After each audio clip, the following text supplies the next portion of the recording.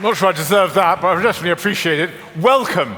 I don't know what the collective noun for a group of CHROs is. Is it a competence of CHROs, or a talent, or a high potential of CHROs? Whatever the collective noun is, we definitely have it in the room here today. I'm absolutely thrilled, and the first thing I want to say to all of you is congratulations. When we started Mind Gym over 2 decades ago, you couldn't have a conference like this without a speech on how to get a seat at the boardroom table.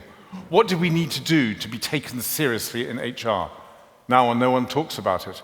I imagine all of you have a hotline to your CEO, possibly even too hot a line, as they keep bothering you about what you're going to do to hit those diversity targets they promised at the AGM 3 years ago, or how you're going to fill the skills shortage, or what are we going to do about this great resignation in keeping people on board. And I think it's hard to think of a business function that has moved so radically in such a short space of time from offstage to center stage. And we've done that thanks to you, thanks to the people in this room and our peers who've taken HR so seriously and built a reputation for really making a difference to business outcomes. So I thought the first thing we should do is give each other a round of applause. So well done, everybody! Yay!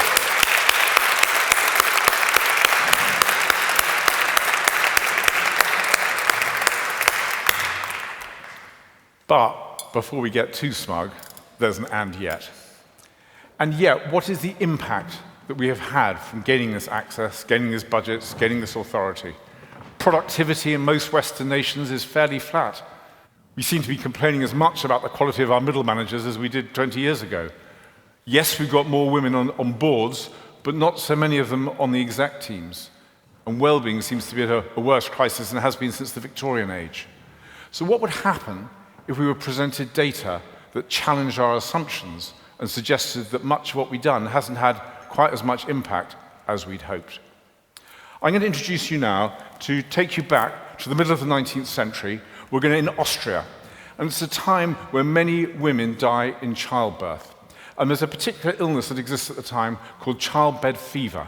And this occurs not that the mother doesn't pass away at the moment of birth, but 3 or 4 days later.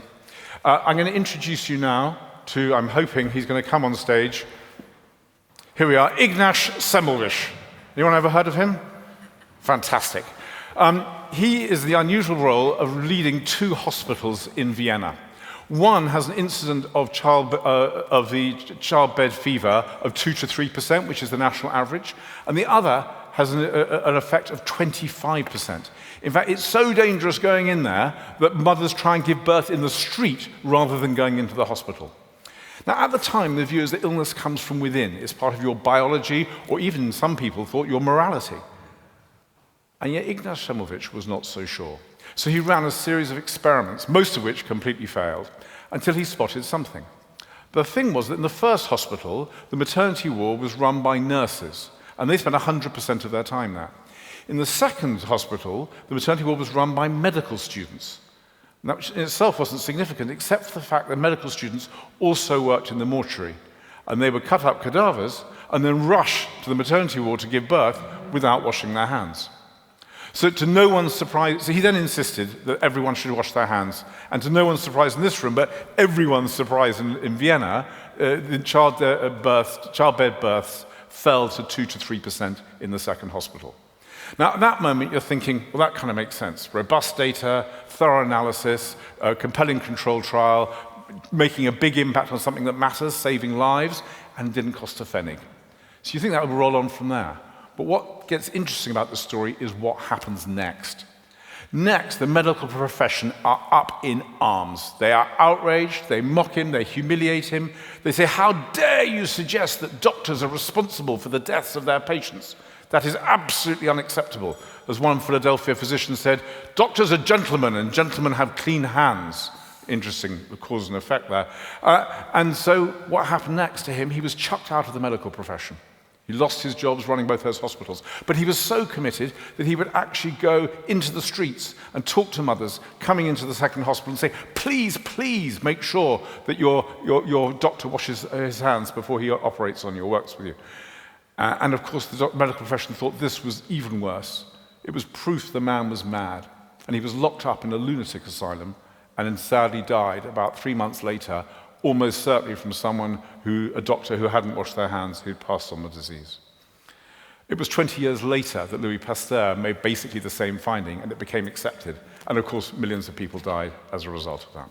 So I share that story because I think the interesting question from a psychological perspective is what happens when we're challenged with data, new science, new evidence that challenges the assumptions that we've made, that we've built much of our career and this enormous success on being recognized and seen at the center of business. How will we respond? And today is a great day to discover how we will. For those of you who know Mind Gym, we're never shy of making a challenge.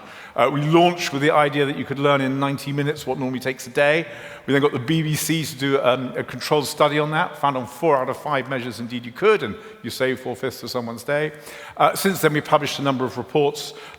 12 years ago, we did a report that said on performance management, don't worry yourself about ratings and process and algorithms for variable comp. Instead, focus on the 6 conditions of high performance. Delighted that Microsoft took that on board, moved their performance management from what Vanity Fair had called the Hunger Games to a world which was much more insightful and based on behavioral science. Then 10 years ago, we published a report on diversity, equity, and inclusion, where we said that unconscious bias was at best neutral in its effect and quite possibly doing more harm than good. Unfortunately, we've got about as warm a reception as Ignaz Semmelweis at the time, but I'm delighted to say it didn't take 20 years in Louis Pasteur, but 10 years later we're kind of fairly universally of the view that that isn't the way to improve diversity, equity, and inclusion. We've published many reports since. There's a new one that's we published last year on leadership. Spending on leadership development doubled during a decade, and trust in senior leaders fell by a third. So what went wrong there, and how do we fix that?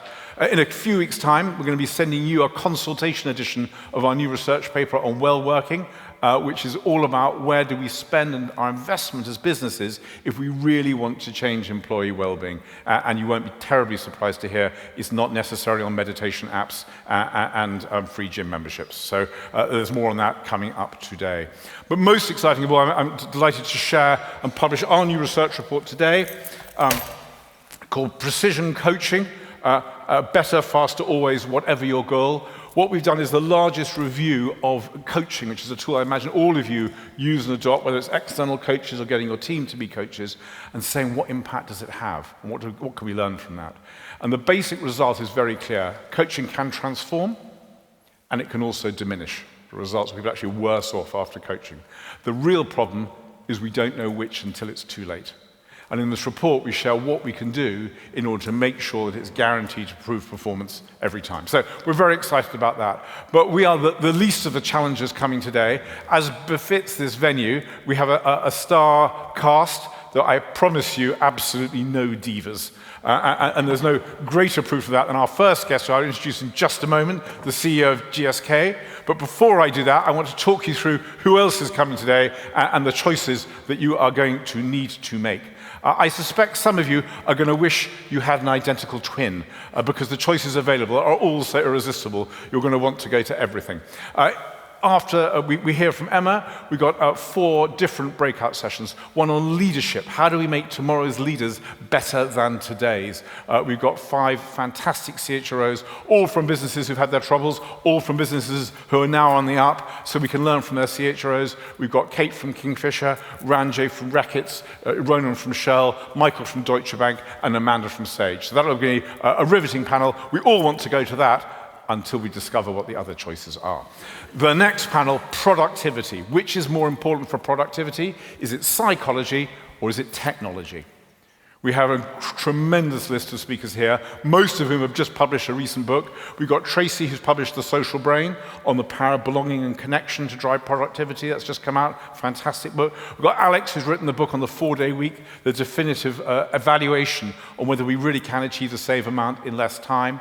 We've got Professor Thomas, who's written the most appropriate book at the moment on human intelligence and artificial intelligence and how they dance together. And we're absolutely thrilled to have Lucy, who's the head of innovation at Microsoft, who will give perhaps more of a technology side to some of the other psychology sides, all chaired by Isabel from the Financial Times. So we've all got to go to that. That's absolutely irresistible until we see the next breakout.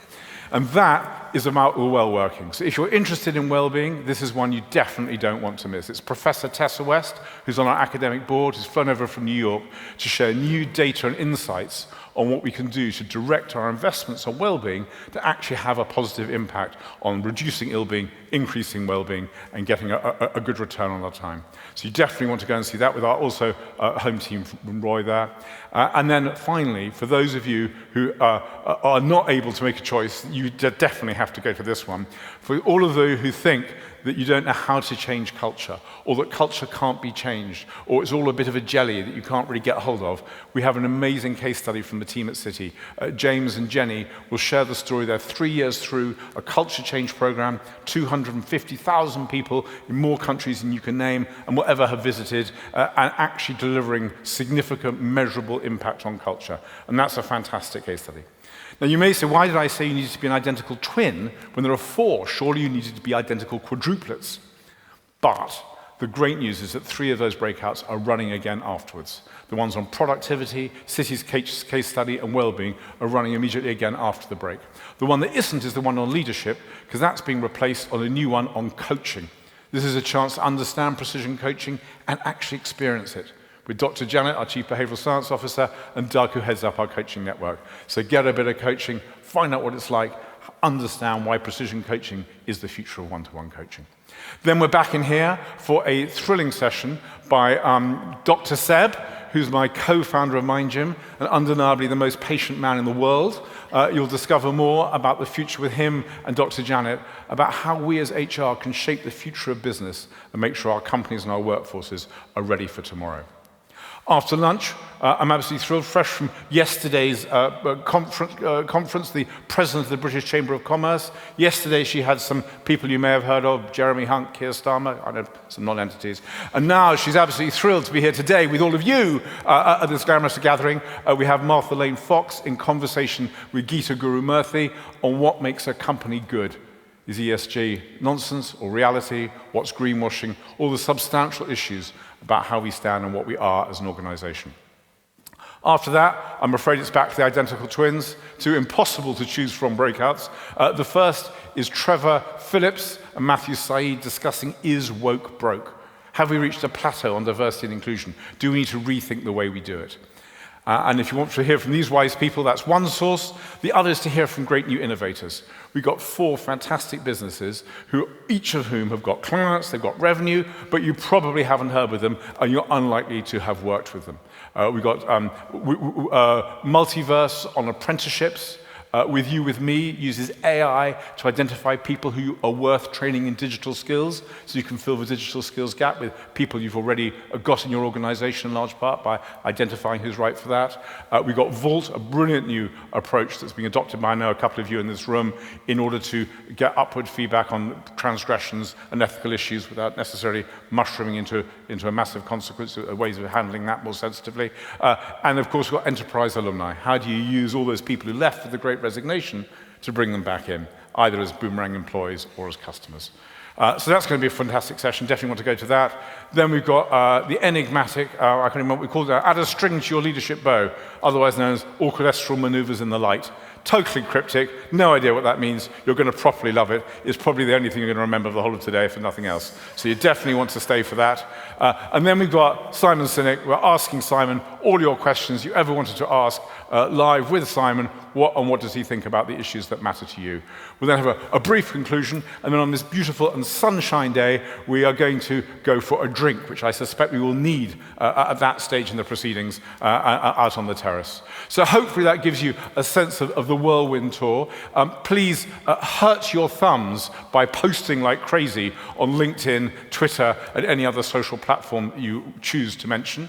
If you've got any questions or queries, the best place to go is the event app. It's got all the answers you ever need. I know many of you are increasingly moving your customers to be digitally self-service. Well, we're doing exactly the same. But if that doesn't work and you've still got a challenge, you're not quite sure what to do, the answer is to look for someone in a black t-shirt, written on the back of which is the one message we wish you to take away from today, and that is, it's not too late to change your mind. Thank you very much, and welcome.